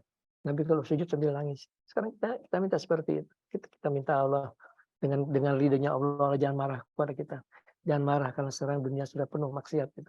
Takutnya kita negara Islam terbesar di dunia, tapi nyatanya perbuatan maksiat merajalela di mana-mana. Orang melakukan korupsi udah kayak halal-halal aja. Udah tidak merasa bersalah gitu. Uangnya korupsi dipakai pergi umroh gitu. Duh, udah nggak usah umroh buat apa gitu. Bukan kata saya, kata Nabi. Nggak ada gunanya gitu umroh dengan uang yang haram. Allah tidak menerima uang, jadi berasal dari uang yang haram. Ya cari yang halal. Insya Allah barokah aja. Insya Allah sekarang kalau sudah umur 50 tahun, mau hidup berapa tahun sih? Mau berapa tahun sih hidup? Kan paling kuat 80 tahun gitu, paling kuat 90 tahun. Dan kita akan hidup di sana beribu-ribu tahun. Kalau di akhirat itu berjuta-juta tahun kita akan di akhirat. Cuma pilihannya tempat yang bagus namanya surga, tempat jelek namanya neraka. Kalau mau tempat yang bagus, dong ikutin jalannya Nabi. Ikutin sekarang pengajian saya, insya Allah masuk surga. Insya Allah sekarang kita zikir, kita doa. Oh, tadi kita masih minta Pak Sukri ikut ceramah ya? Ya, Mbak Dini ngingetin saya sih. Mas Pak Sukri nggak kebagian. Kita lihat, kita zikir, kita doa. Ila hadratan Nabi Mustafa. Rasulullah Sayyidina Muhammadin sallallahu alaihi wasallam. Wa ala alihi wa ashabihi wa azwajihi wa dzurriyyatihi wa ahli baitihi wa azwaj Fajar Ibrahim. Al-Fatihah. Bismillahirrahmanirrahim. Minasyaitonir rajim.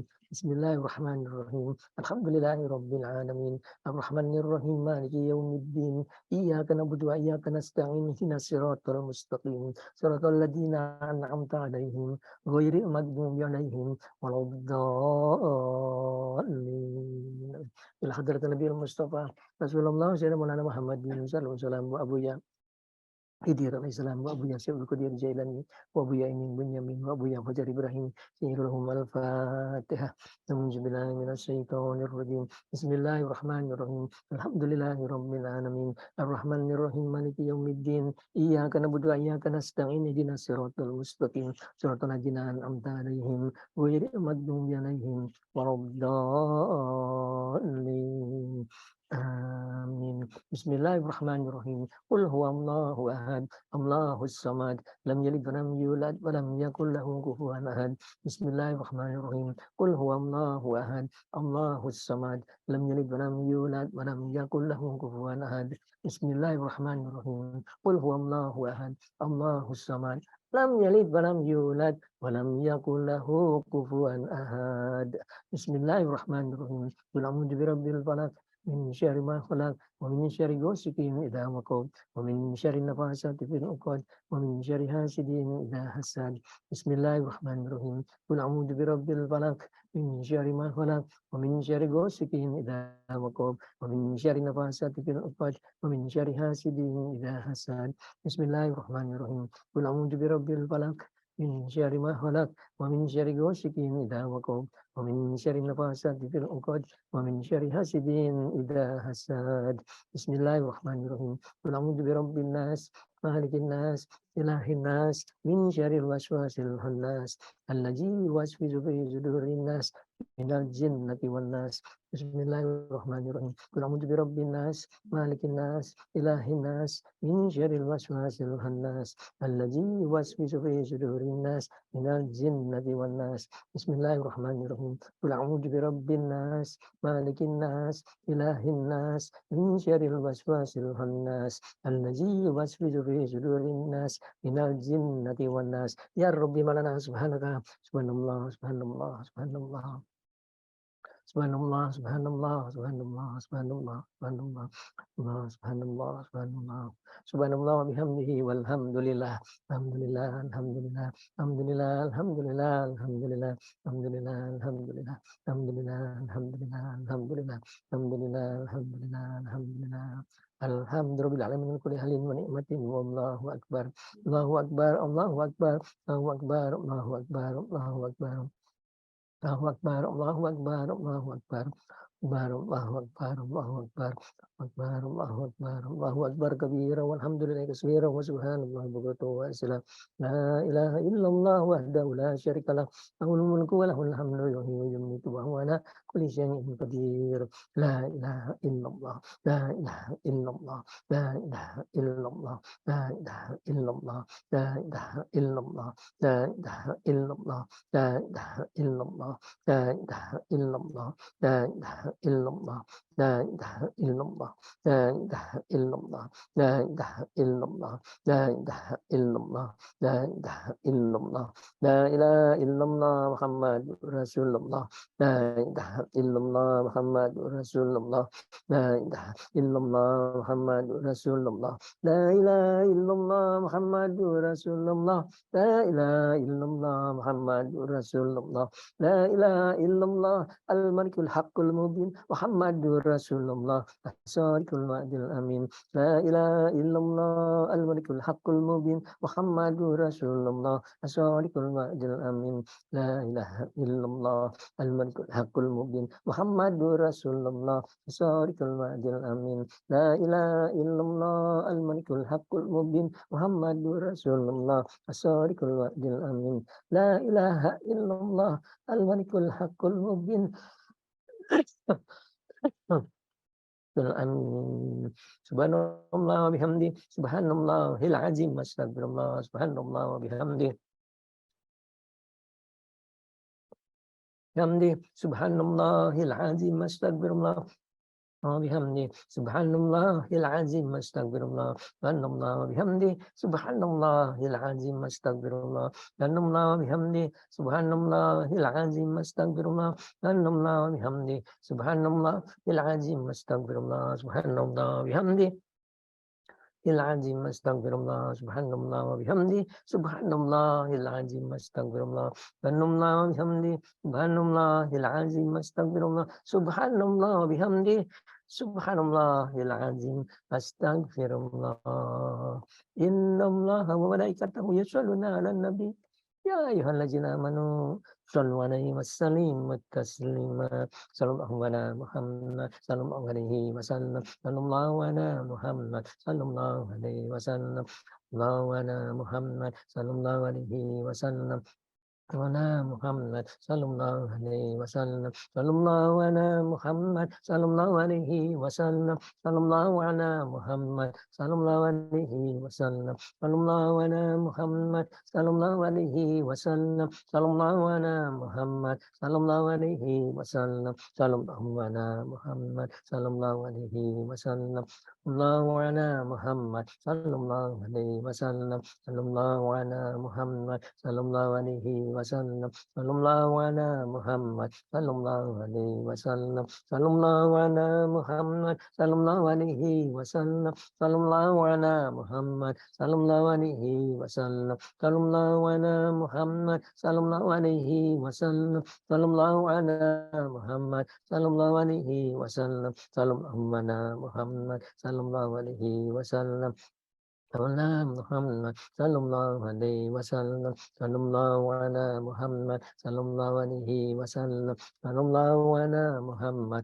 صلى الله عليه وسلم صلى الله على محمد صلى الله عليه وسلم صلى الله على محمد صلى الله عليه وسلم صلى الله على محمد صلى الله عليه وسلم صلى الله على محمد صلى الله عليه وسلم صلى الله على محمد صلى الله عليه وسلم صلى الله على محمد صلى الله عليه وسلم على محمد صلى الله عليه وسلم صلى الله على محمد صلى الله عليه وسلم صلى الله على محمد صلى الله عليه وسلم صلى الله على محمد صلى الله عليه وسلم صلى الله على محمد صلى الله عليه وسلم صلى الله على محمد صلى الله عليه وسلم صلى الله على محمد صلى الله عليه وسلم صلى الله على محمد صلى الله عليه وسلم صلى الله على محمد صلى الله عليه وسلم صلى الله على محمد صلى الله عليه وسلم صلى الله على محمد صلى الله عليه وسلم صلى الله على محمد صلى الله عليه وسلم صلى الله على محمد صلى الله عليه وسلم صلى الله على محمد صلى الله عليه وسلم صلى الله على محمد sallallahu alaihi wasallam. Mari kita berdoa. Bismillahirrahmanirrahim.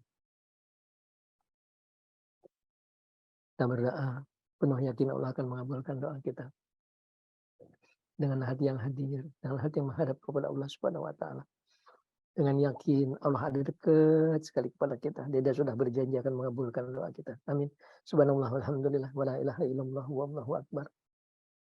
ولا حول ولا قوة إلا بالله أدرى ما علم الله وزنة ما علم الله وملء ما علم الله اللهم صل وسلم وبارك على محمد وعلى آله وصحبه وعلى جميع الأنبياء والمرسلين في كل لمحة ونفس بعدد كل معنى لك إلهنا ya Allah,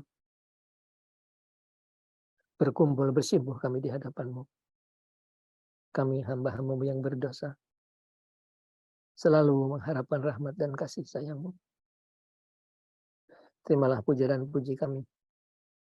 Syukur terima kasih kami atas segala nikmat karunia yang telah Engkau limpahkan kepada kami. Nikmat iman, nikmat Islam, nikmat sehat, nikmat umur, dan nikmat lainnya begitu banyak tidak sanggup kami hitung satu persatu. Terima kasih ya Allah. Nuhun, Nuhun ya Allah. Walakal hamdu kulluh, walakal syukur kulluh, walakal mulku kulluh, walakal khalqu kulluh, biyadikal khair kulluh, wa ilaika yarji'ul amru kulluh. Limpahkan rahmat dan kasih sayang. Limpahkan rahmat, taufik, hidayah, inayah, magfirah. Maafkan segala kesalahan kami ya Allah. Maafkan segala kekurangan kami. Ampuni segala dosa-dosa kami ya Allah. Ampuni segala dosa-dosa kami. Ya Hayyu ya Qayyum la ilaha illa anta. Subhanaka inna kunna minaz zalimin. Subhanaka inna kunna minaz zalimin. Subhanaka inna kunna minaz zalimin. Allahumma inna zalamna anfusana zulman katsiran katsiran wa la yaghfiru dzunuba anta faghfir lana maghfiratan min indika warhamna innaka antal ghafurur rahim. Allahumma ighfir lana wa li walidayna wa li jami'il muslimin wal muslimat. Allahumma ighfir lana dzunubana wa khata'ina kullahu tikkuhu wa jullahu wa walahu wa hiruhu wa lan yatahu wa sirruhu. Allahumma anna isna wajburna wahdina li ahsani amali wal akhlaq. Innahu la yahdi li ahsaniha ila anta. Wasrif anna sayyi'aha la yasifu sayyi'aha illa anta birahmatika ya arhamar rahimin. Birahmatika ghafurur rahim. Ampuni dosa kedua orang tua kami. Sayangi mereka ya Allah, sebagaimana mereka menyayangi kami. Mereka di dalam kubur. Lapangkan kubur mereka ya Allah. Mudahkan urusan mereka ya Allah. Lepaskan dari siksa kubur. Lepaskan dari kesulitan di dalam kubur. Jadikan kubur mereka tempat yang menyenangkan. Taman dari taman-tamannya surga. Mereka masih hidup di dunia. Jadikan orang-orang yang husnul khotimah. Ampuni dosa semua anggota keluarga kami, baik masih hidup maupun sudah di dalam kubur. Suami-suami kami, istri-istri kami, kakak-kakak kami, adik-adik kami, anak-anak kami. mereka di dalam kubur, lapangkan kubur mereka ya Allah, ya Allah. Mudahkan urusan mereka, lepaskan dari siksa kubur ya Allah, jadikan kubur mereka raudatin min riyadil jannah. Mereka masih hidup di dunia, bimbing di jalan yang Kau ridhoi. Selamatkan dunia mereka, selamatkan akhirat mereka ya Allah, ya Allah, ya Ghafurur Rahim. Ampuni dosa semua saudara-saudara kami muslimin dan muslimat, bil khusus bangsa setanah air. Ampuni mereka ya Allah. Rahmat-Mu lebih luas dari dosa mereka. Rahmat-Mu lebih luas dari maksiat mereka. Berikan mereka kekuatan agar dapat melaksanakan perintah-Mu. Berikan mereka kekuatan agar dapat menjauhi semua larangan-Mu. Ilahana, lindungi kami, jauhkan kami dari segala bencana ya Allah. Jauhkan dari bencana tsunami, bencana banjir, bencana gempa bumi. Jauhkan dari segala bencana ya Allah. Ya Allah. Na'udzubika rabbuna min jahdil bala'i wa darakis saqa'i wa su'il qada'i samatatil ladai. Na'udzubika rabbuna min jahdil bala'i wa darakis saqa'i wa su'il qada'i samatatil ladai. Nas'aluka al-'afiyata fid dunya wal akhirah. Nas'aluka al-'afiyata fid dunya wal akhirah ya Allah. Ya Allah. Ilahana, mohon kehadirat-Mu ya Allah. Berikan kami kekuatan agar dapat melaksanakan segala perintah-Mu. Berikan kami kekuatan agar dapat melaksanakan segala perintah-Mu. Berikan kami kekuatan agar dapat melaksanakan segala perintah-Mu. Berikan kami kekuatan agar dapat menjauhi semua larangan-Mu. Berikan kami kekuatan agar dapat menjauhi semua larangan-Mu. Ilahana ya Allah, Engkaulah Tuhan kami. Berfirman di dalam kitab suci-Mu, yamhullahu may yasya'u wa yuzbitu wa indahu umul kitab. Karena tertulis dalam kitab-Mu, kamu harus meninggal dunia di bulan ini atau di tahun ini. Hapuskanlah tulisannya ya Allah. Kalaulah tertulis dalam kitab-Mu, kamu harus meninggal dunia di bulan ini atau di tahun ini. Hapuskanlah tulisannya ya Allah. Kalaulah tertulis dalam kitab-Mu, anak-anak kami, cucu-cucu kami, mantu-mantu kami harus meninggal dunia di bulan ini atau di tahun ini. Hapuskanlah tulisannya ya Allah. Kalaulah tertulis dalam kitab-Mu, anak-anak kami, cucu-cucu kami, mantu-mantu kami harus meninggal dunia di bulan ini atau di tahun ini. Hapuskanlah tulisannya ya Allah. Berikan kepada kami semuanya tambahan umur yang banyak untuk bekal kami ibadah kepada-Mu. Sampai umur kami di atas 90 tahun, di dalam sehat, di dalam taat kepada-Mu, di dalam ridho. Berikan kepada kami semuanya tambah umur yang banyak ya Allah. Sampai umur kami di atas 90 tahun di dalam sehat, di dalam taat kepada-Mu, di dalam ridho-Mu. Jauhkan dari ajab sengsara dunia akhirat. Jauhkan dari godaan setan. Jauhkan setan dari kami. Sebagaimana jauhnya mereka di rahmat Engkau. Putuskan setan dari kami. Sebagaimana putusnya mereka di rahmat Engkau. Berikan kami kekuatan iman Islam, kata lahir batin, jasmani rohani. Berikan kami kekuatan agar melaksanakan segala perintah-Mu. Berikan kami kekuatan agar dapat menjauhi semua larangan. Berikan kami kekuatan agar kami dapat selalu bersyukur atas segala nikmat yang Engkau limpahkan. Berikan kami kekuatan agar kami dapat bersabar setiap langkah hidup yang kami jalani. Wala haula wala quwata illa bika, wala haula wala quwata illa bika, wala haula wala quwata illa bika. Ilahana ya Allah, nas'aluka al-'afiyata fid dunya wal akhirah. Nas'aluka al-'afiyata fi dinina wa dunyana wa ahlina wa amalina. Na'udzubika rabbana min jahlil bala'i wa darakis saqa'i wa su'il qada'i wa tatala'in. Allahumma na'udzubika min sakhawatika wa bi ma'afatika min uqbatika wa na'udzubika minka la nuhsi thana'an 'alaik. Anta kama asnata ala nafsika ya Allah. Na'udzu biridaka min sakhatika wa bi ma'afatika min uqbatika wa na'udzu bika minka la nuhsi thana'an 'alaik. Anta kama asnata ala nafsika. Na'udzu biridaka min sakhatika wa bi ma'afatika min uqbatika wa na'udzu bika minka la nuhsi thana'an 'alaik. Anta kama asnata ala nafsika ya Allah. Ilahana rabbana taqabbal minna innaka antas samiul alim wa tub alaina innaka tawwabur rahim. Ilahana ya Allah, mohon kehadirat-Mu ya Allah. Allahumma ya wadud, ya wadud, ya wadud, ya dzul arsyil majid, ya mubdi'u ya mu'id, ya fa'alu liman yurid. Nas'aluka bi nuri wajhika allati la arkana arsika wa bi qudratika la qadarta biha li jami'i khalqika wa bi rahmatika allati wasi'at kulla shay'in la ilaha illa anta bi rahmatika nastaghitsu. La ilaha illa anta bi rahmatika nastaghitsu. Ya ghawsal mustaghitsina aghithna. Ya ghawsal mustaghitsina aghithna. Ya ghawsal mustaghitsina aghithna ya Allah. Ya Allah. Nas'aluka bi kulli ismin huwa laka sammayta bihi nafsaka aw anzaltahu fi kitabika aw 'allamtahu ahadan min khalqika aw istasarta fi ilmil ghaib 'indaka an taqabbal hajatana an taqabbal ibadatana istajib lana da'watana bihaqqi la ilaha illallah Muhammadar Rasulullah. Memohon kehadirat-Mu ya Allah dengan segala kekurangan kami, dengan segala kelemahan kami, dengan segala dosa dan maksiat di hati kami, memohon kehadirat-Mu ya Allah. Tuhan kami yang Maha Suci, Tuhan kami yang Maha Kuasa, Tuhan kami yang Maha Agung, memohon dengan segala keagungan cahaya wajah-Mu, dengan segala kemuliaan, ketinggian, kekuasaan diri-Mu, kabulkanlah permohonan kami, kabulkanlah permohonan kami, kabulkanlah doa kami ya Allah. Bikaramati ya Abu Ya Fajar Ibrahim, bikaramati Abu Ya Fajar Ibrahim, bikaramati Abu Ya Imin Bunyamin, bikaramati Abu Ya Syekh Abdul Qadir Jailani, bimujizati Abu Ya Hidir alaihissalam, bimujizati Abu Ya Hidir alaihissalam, bimujizati Abu Ya Hidir alaihissalam, bisafaati Rasulullah sallallahu Muhammadin sallallahu alaihi wasallam, birahmatika ya arhamar rahimin, birahmatika ya arhamar rahimin, birahmatika ya arhamar rahimin, birahmatika ya arhamar rahimin, birahmatika ya arhamar rahimin, birahmatika ya arhamar rahimin, birahmatika ya arhamar rahimin, birahmati azizul hakim, birahmati aliyul azim, birahmatika ya qawiyul matin,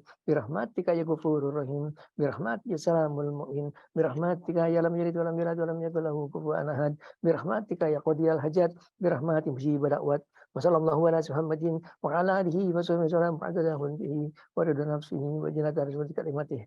Subhana rabbika rabbil izzati amma yasifun wa salamun alal mursalin walhamdulillahi rabbil alamin. Hadratin Nabi Muhammadin sallallahu alaihi wasallam wa bihi hadratur rahim al-Fatihah.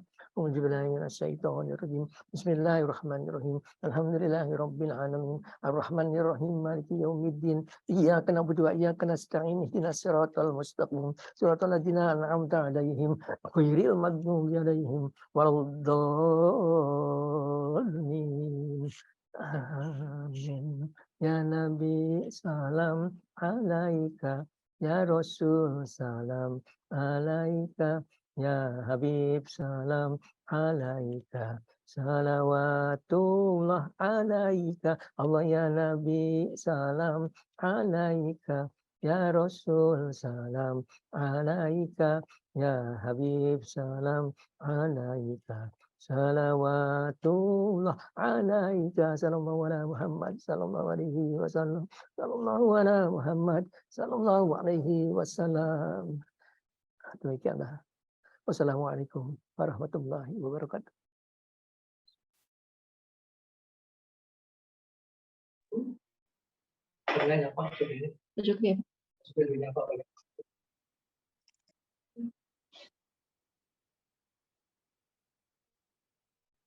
Kami ucapkan terima kasih kepada Bapak Kiai Haji Mat Farli atas ilmu yang telah diberikan kepada kita semua. Semoga ini dapat menambah rasa cinta dan takut kita kepada Allah Subhanahu wa Ta'ala. Untuk selanjutnya dari Mekah, posisi Pak Syukri akan memberikan tausiah walaupun hanya sedikit. Insya Allah masih ada waktu sekitar 16 menit sebelum azan maghrib. Untuk waktu dan tempat dipersilakan Pak Syukri.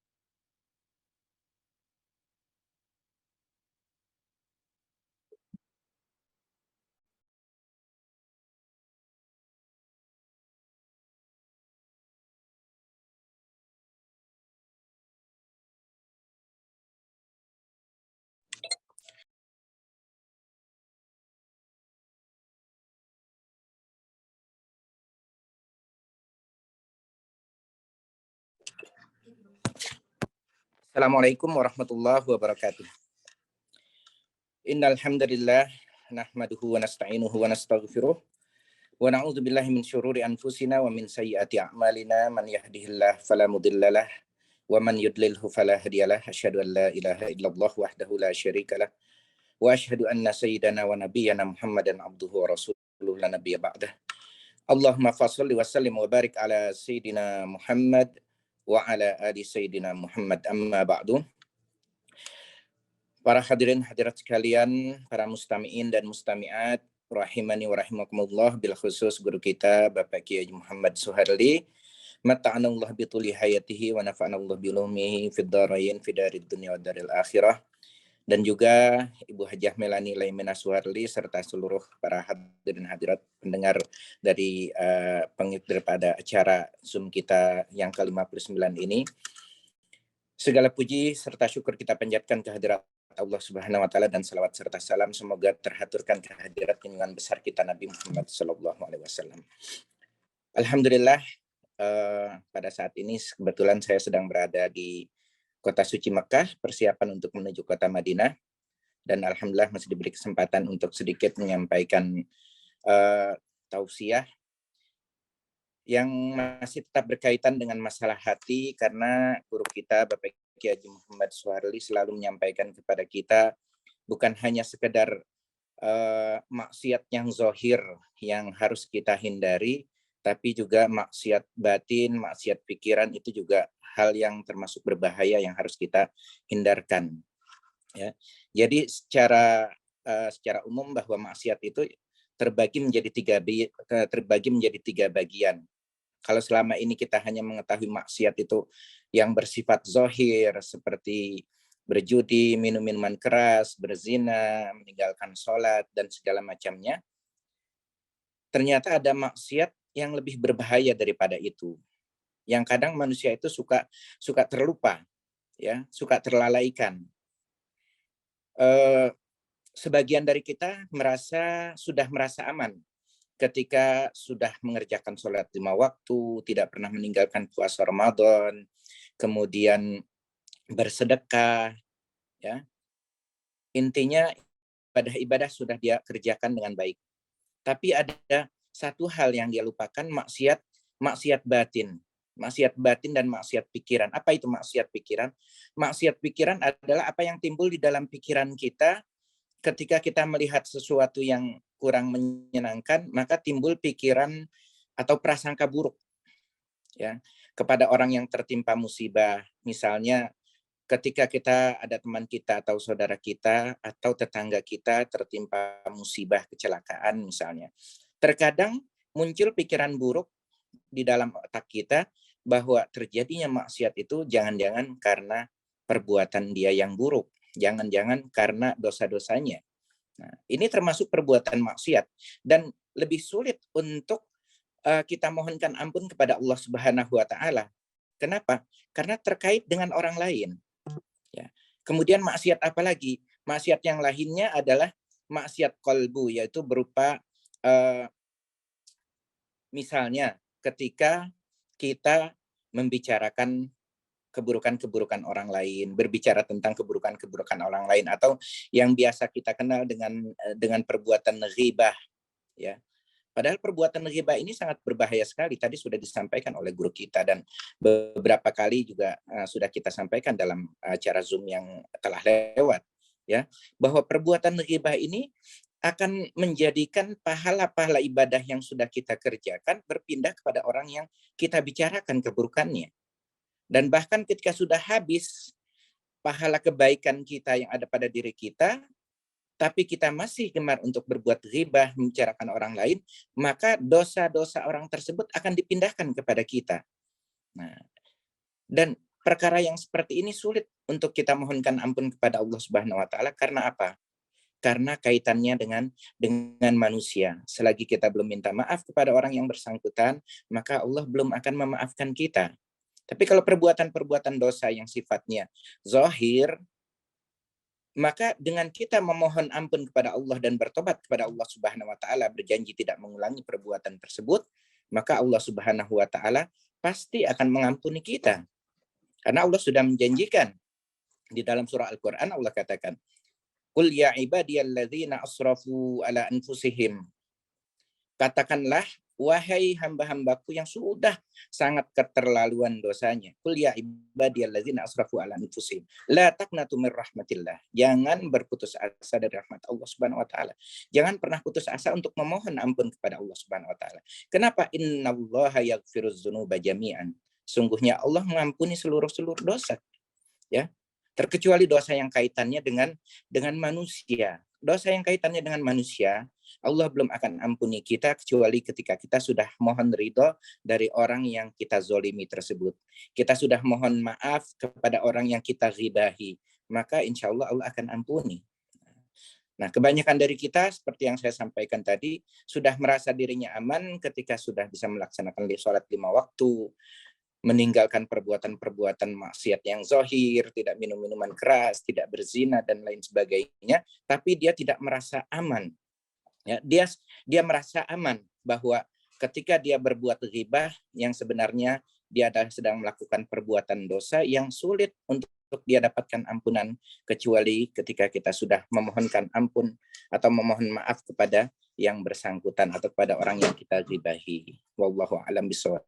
Jadi dari tema hari ini yang saya sampaikan, saya cuma ingin mengingatkan kepada diri saya dan kepada para hadirin hadirat sekalian bahwa tetaplah kita bersikap waspada terhadap segala dosa, baik dosa-dosa yang atau maksiat yang sifatnya zahir, ya, ataupun maksiat yang sifatnya batin, ya, karena semua dosa atau maksiat tersebut dapat menghalangi kita dari mendekat kepada Allah Subhanahu wa Ta'ala. Mudah-mudahan dari apa yang saya sampaikan, walaupun hanya sepintas, mudah-mudahan ada manfaatnya, terutama untuk diri saya.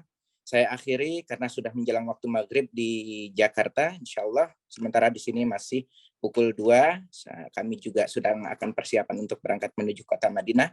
Mohon doa dari Bapak Ibu sekalian agar kami diberikan perjalanan yang lancar, aman dan tentram serta mendapatkan keberkahan dari Allah Subhanahu wa Ta'ala. Demikian saya akhiri. Hadanallahu wa iyyakum ajma'in. Wassalamualaikum warahmatullahi wabarakatuh.